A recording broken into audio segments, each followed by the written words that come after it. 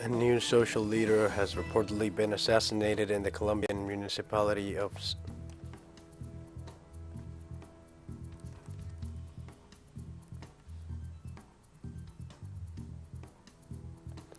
Palestinians commemorate the 74th anniversary of the Nakba, or Catastrophe Day, with protests and marches in Palestine and other parts of the world.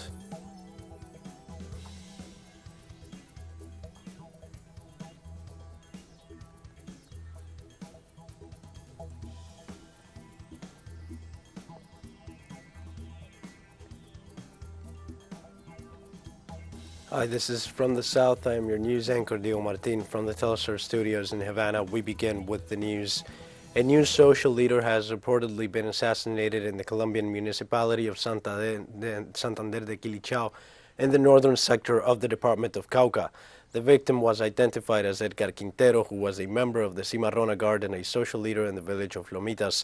Quintero was killed by unidentified individuals carrying firearms when he was leaving his home in the sector of El Crucero, a road that connects this municipality with the village of Timba in the municipality of Buenos Aires. A report from the Institute of Studies for Development and Peace shows that 15 social leaders have been murdered in Cauca during 2022 and a total of 75 across the nation.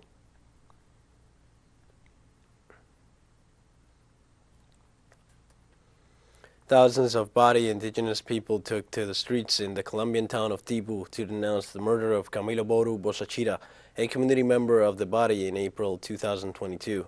They protested against being victims of murders by illegal armed groups, forced displacement, threats to their leaders, and the use of minors for criminal actions.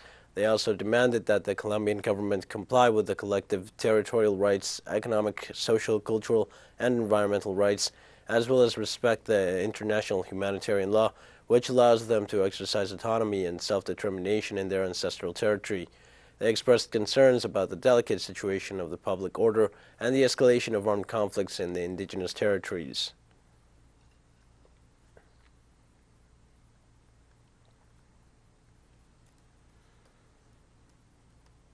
With more over 1,000 people here, we have to make the goal at the Colombian level and the international level in this rally, that the Bari people are being killed in our territory, in our ancestral territory, that we have inhabited for centuries.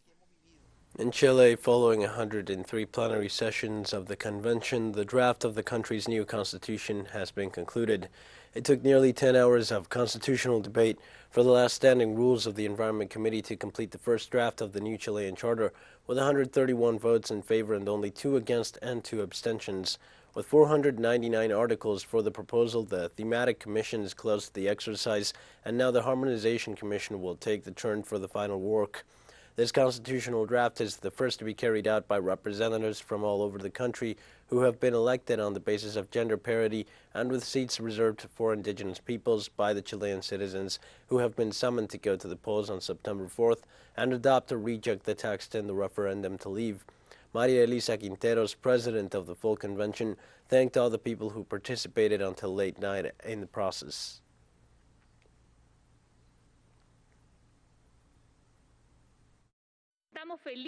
We are happy, excited, and moved because today we are taking a tremendously significant step on this path. Constituents, after a little more than 10 months, 103 plenary sessions, and fulfilling all the established deadlines, the last articles of the draft constitution text have been submitted today. This means that we finally have the draft of the permanent rules for the new constitution. The Cuban parliament met on Sunday in an extraordinary session to debate the incorporation of 3 new laws to the island's legal system. The 5th extraordinary session of the National Assembly analyzed the draft laws of the Penal Code, the Criminal Execution, Prosecution, Protection of Constitutional Rights, Protection System for Literary and Artistic Creation, and the General Law for the Protection of Cultural Heritage and Natural Heritage.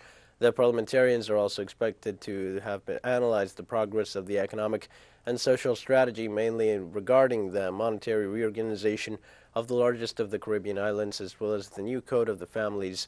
The extraordinary session of the National Assembly opened on Saturday, May 14th, and will last until Monday, May 16th, due to its extensive legislative agenda.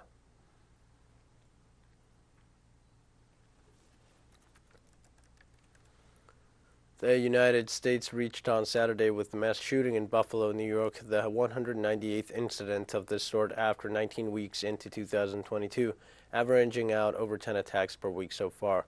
The tally comes from the Gun Violence Archive, an independent data collection organization which defines a mass shooting as an incident in which 4 or more people are shot or killed, excluding the shooter. The 10 people killed and an additional 3 injured of Saturday's incident make this racially motivated attack the deadliest mass shooting of the year in the United States. Prior to the Buffalo attack, the largest scale mass shooting this year was at a car show in Duma, Arkansas on March 19th that killed 1 person and injured 27.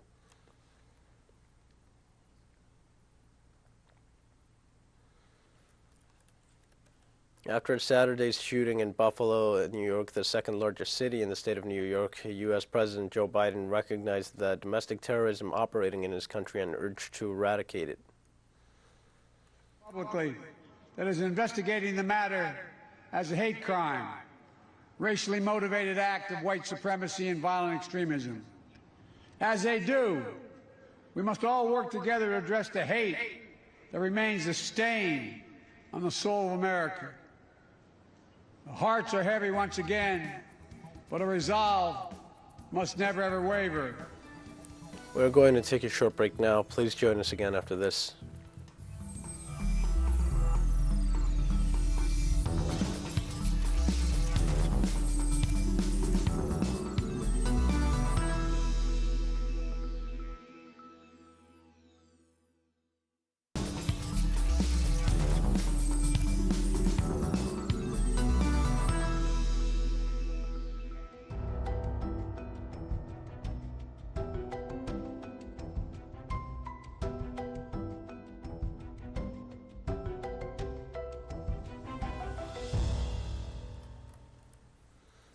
Hi and welcome back to From the South. The Brazilian state of Minas Gerais experienced severe storms last January caused by the climatic emergency and aggravated by the irresponsible mining activity of companies such as Vale. Our correspondent Andrea Vieira and Sebastian Soto visited one of these affected places and they bring us the details.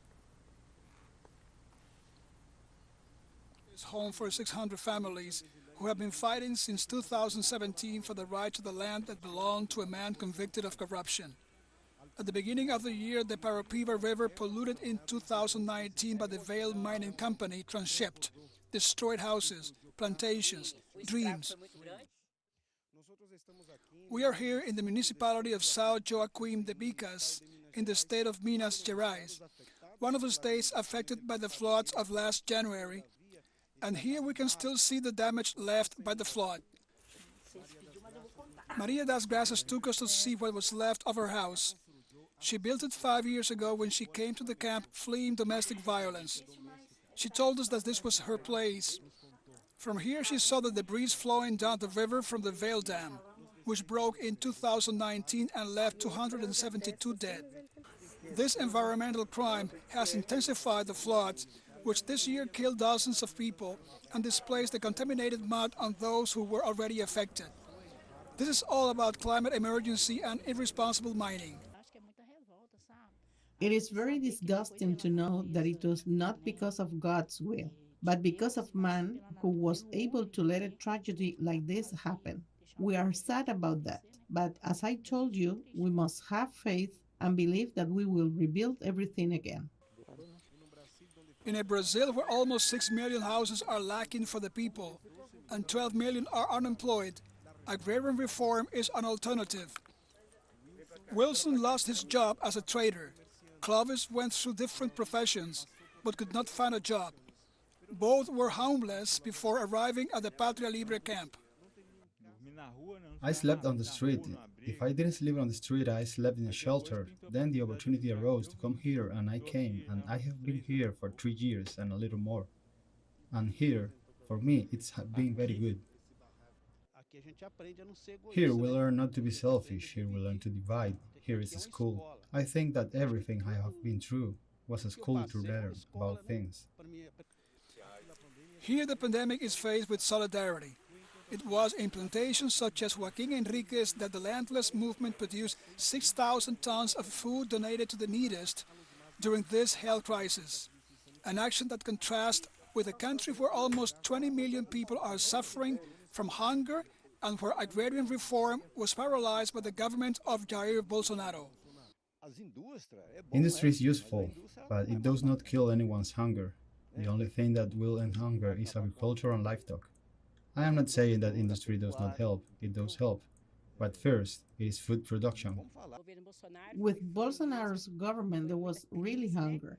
There were many crises, a lot of lack of money for everyone.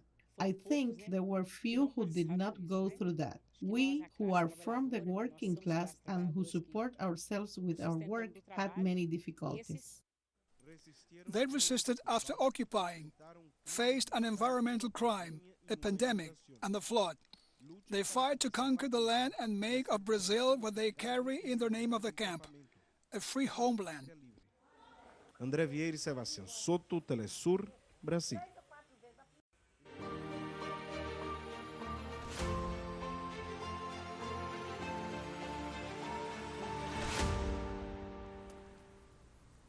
Following Finland's decision to join the North Atlantic Treaty Organization, Russia asserts that it will do whatever is necessary to protect itself from any threat to its national security. During an interview to national media, Russian State Duma Deputy Dmitry Belik warned that the addition of Finland to NATO will increase Russia's land border with the alliance, and this represents a challenge to Russian security. In this sense, Belik indicated that they will respond to such challenges by equipping the borders with modern weapons to face any aggression from the military bloc. These statements come after the Finnish government announced its formal decision to join NATO and confirmed its intention to apply to join the organization, probably on Wednesday, May 18th.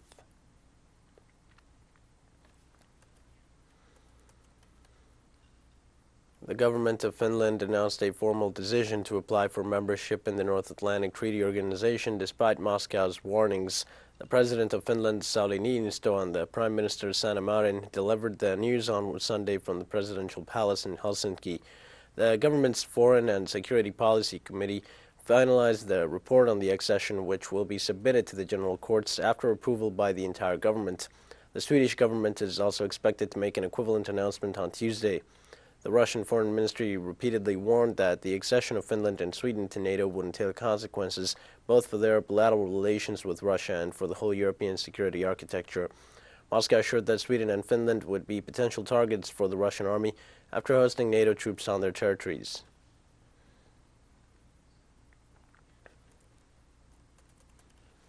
The Ukrainian army installed several tons of explosives at the chemical plant in the Donbas city of Rubezhnoye. The Luhansk militia claimed that if the device had been triggered, a global technological catastrophe would have occurred. Upon arrival at the Zaria factory after liberating the city, where Azov battalion members who have been accused by its residents of serious crimes, the militia discovered 49 tons of trilite and ammonal. The electronic warfare team prevented the detonation after blocking the remote control signal with which they plan to activate the explosives. If the operation had been completed, the magnitude of the tragedy would have been extraordinary, since there are trains full of ammonia, sulfuric, and nitric acid in the area, in addition to other hazardous substances. After disabling all the mined points in the compound, the popular militias issued a statement with the details, in which they also declared that the area no longer represents a danger to the population or to the environment.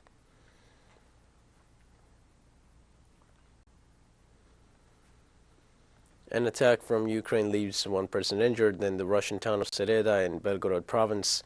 The governor of the province of Belgorod, Vyacheslav Gladkov, said the attack occurred Sunday and assured that the person injured will receive all the necessary medical assistance to ensure his recovery. The Russian official declared he expects to know more details about the incident, which he will communicate to the national authorities and the citizens of the province.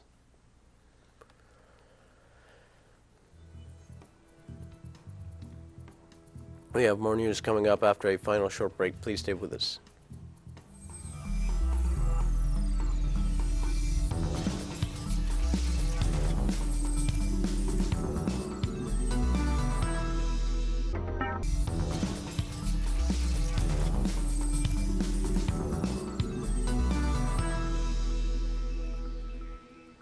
Hi and welcome back. Palestinians commemorate the 74th anniversary of the Nakba, or Catastrophe Day, with protests and marches in Palestine and other parts of the world. The march on the occasion of the date commemorating the legal creation of Israel and the expulsion of the Palestinians from their lands in May 1948 stretched from Al-Katiba Square in the city of Gaza to the United Nations Organization's headquarters under the slogans "End Israeli Apartheid" and "Freedom for Gaza." Several European cities have also been the scene of large-scale demonstrations in solidarity with the Palestinians to call for an end to the Israeli attacks on the besieged Gaza Strip. Mobilizations were also registered in the United States, Australia, and other countries around the world. These events also pay tribute to the Palestinian journalist Shireen Abu Akleh, who was shot dead by Israeli forces during a raid in the occupied West Bank earlier this week.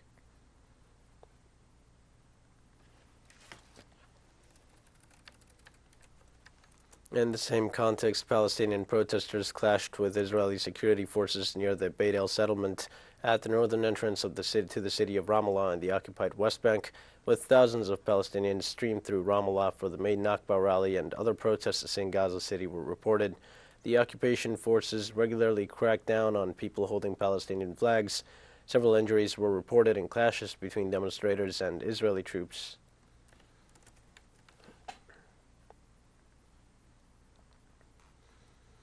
In Lebanon, parliamentary election day ended after a day without security incidents and with a significant turnout of voters. Polling stations closed at 7 p.m. local time after opening to more than 3.9 million eligible voters. Authorities stated that voters who were inside the polling stations at closing time could cast their ballots to elect a new parliament. However, they warned that the new voters would not be allowed to enter. Final results are expected to be announced on Monday. The European Union declared that its 170 observers on the ground reported a large influx of voters and informed that the team will also witness the counting of the votes. Lebanese Prime Minister Najib Mikati thanked Lebanese security forces for completing the electoral process and described the parliamentary elections as a great victory.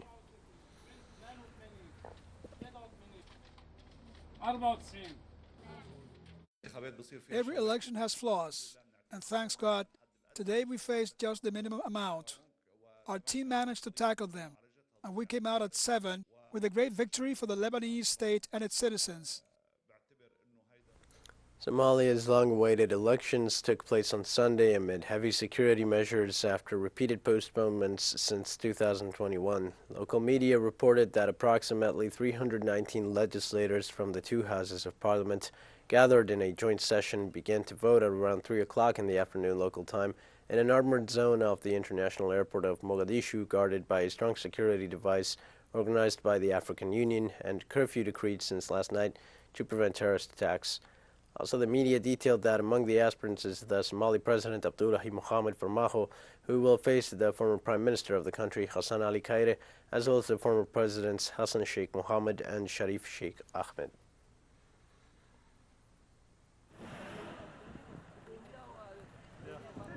Kenya looks for alternative markets in India and Serbia to cushion consumers against the high cost of wheat flour and to avert the looming shortage.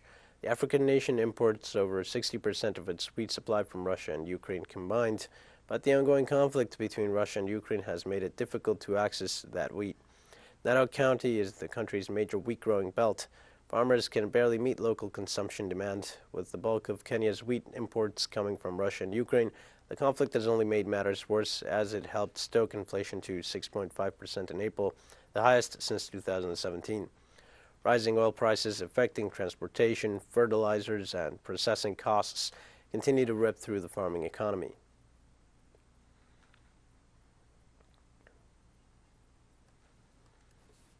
In Pakistan, 3 soldiers and 3 children were killed in an attack near a military vehicle in the country's northwest region. A local government official reported that on Saturday night an attacker set off his explosive vest and blew himself up near a security patrol in the vicinity of a small market. The Pakistan Army also confirmed that at least 3 children between the ages of 4 and 11 died alongside the soldiers during the blast. Authorities condemned the terrorist attack and vowed to bring the perpetrators to justice. No terrorist group claimed responsibility for the attack.